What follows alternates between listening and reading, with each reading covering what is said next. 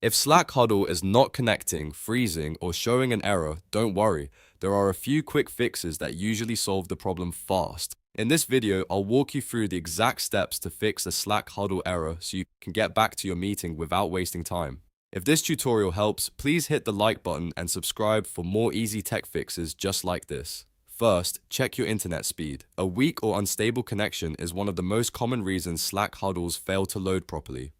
Open your browser and search for speed test, then run a quick test and see if your connection is stable. If the speed is unusually slow or the connection keeps dropping, that may be the reason the Huddle is failing. If your internet looks fine, the next thing to try is switching networks. For example, if you're on Wi-Fi, switch to a mobile hotspot, or if you're on a hotspot, try Wi-Fi instead.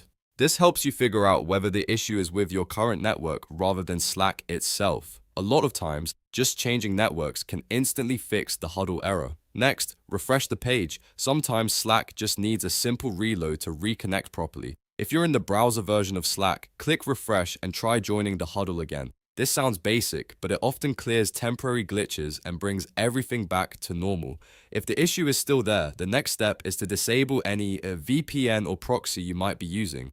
VPNs and proxies can sometimes interfere with Slack's audio and connection settings, which can stop Huddles from working correctly. Turn them off temporarily, then go back and test the Huddle again. If Slack works after disabling them, you've found the cause of the problem. Another common reason for Slack Huddle errors is browser extensions. Some extensions can block scripts, audio permissions, or connection features that Slack needs. If you're using Chrome, click the three dot menu in the top right corner, go to Extensions, and then open Manage Extensions. From there, disable any extensions that could be affecting Slack, especially ad blockers, privacy tools, or script blockers. After disabling them, refresh Slack and try the Huddle again. If it starts working, you can re-enable your extensions one by one later to find the one causing the conflict. At this point, one of these steps should usually resolve the problem. To recap, start by checking your internet speed, then switch networks, refresh the page, disable any VPN or proxy, and finally disable browser extensions if needed.